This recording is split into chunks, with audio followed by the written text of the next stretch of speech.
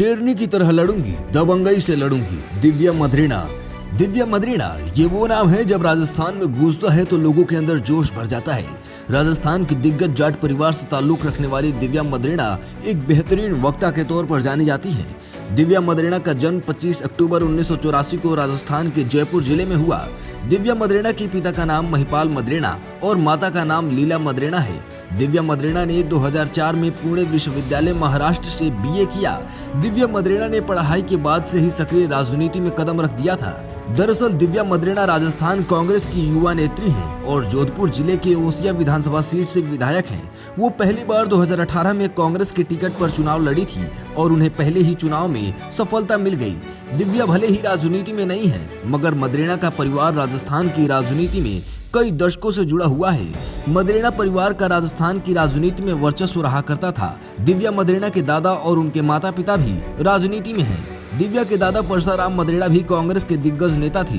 वो भी तत्कालीन कांग्रेस सरकार में मंत्री व राजस्थान विधानसभा के अध्यक्ष रह चुके हैं। इनके पिता राजस्थान की कांग्रेस सरकार में मंत्री भी रह चुके हैं। एक समय वो राज्य के प्रमुख नेता माने जाते थे। उनके पिता महिपाल मद्रेना की 2021 में मृत्यु हो गई। दिव्या की माता लीला मद्रेना भी सक्रिय राजनीति में है। दिव्या की एक बहन भी है। दिव्या मद्रेना हिंदू धर्म से है और वो जाति से जाट हैं। इतना ही नहीं, दिव्या ने राजनीतिक घराने से होने की वजह से राजनीति का पाठ घर से ही सीख लिया। दिव्या की राजनीतिक यात्रा पढ़ाई के तुरंत बाद 2010 से शुरू हो गई थी। 2010 में डिस्ट्रिक्ट काउंसिलिंग जोधपुर का चुनाव लड़ी और उन्हें इस चुनाव में जीत मिली। इसके बाद उन्हें 2018 के राजस्थान विधानसभा में भी कांग्रेस की ओर से जोधपुर के ओसिया विधानसभा सीट से उम्मीदवार बनाया गया। चुनाव में पहली बार जीतकर विधायक बनी। अगर दिव्या मद्रेना की राजनीतिक उपलब्धि की बात करें तो वो कांग्रेस प्रमुख राहुल गांधी से कई बार मिल चुकी हैं। 2021 में उन्हें आदर्श युवा विधायक का सम्मान भी दिया गया है। दिव्या मद्रेना एक युवा नेत्री होने की वजह से युवाओं में बहुत लोकप्रिय हैं। वो सोशल मीडिया के जरिए लोगों से जुड़ी रहती है और अपने फोटो वीडियो शेयर करती रहती हैं। दिव्या मद्रेना राजस्थान कांग्रेस में मद्रेना परिवार की तीसरी पीढ़ी है। मद्रेना परिवार राजस्थान कांग्रेस में 3 दशक पहले से सक्रिय था। साल 1980 में परसाराम विधायक एवं राजस्थान सरकार में मंत्री थी, जबकि 2 वर्ष बाद यानी 1982 में परसाराम के बेटे और दिव्या मद्रेना के पिता महिपाल मद्रेना पहली बार जिला प्रमुख बनाए गए थे। वे लगातार जीतते रहे और वर्ष 2003 तक उनका प्रमुख के पद पर दबदबा कायम रहा। इतना ही नहीं, साल 2003 के बाद से दिव्या मद्रेना के दादा परसाराम ने चुनाव लड़ना छोड़ दिया और उन्होंने अपने बेटे महिपाल मद्रेना को आगे बढ़ाया। इसके बाद महिपाल मद्रेना ने विधानसभा का चुनाव लड़ा और जीत हासिल की।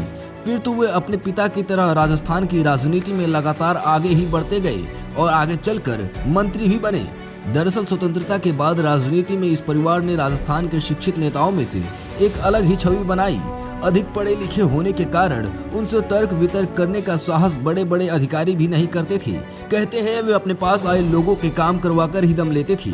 इसी वजह से जनता में उनकी पकड़ बनती चली गई।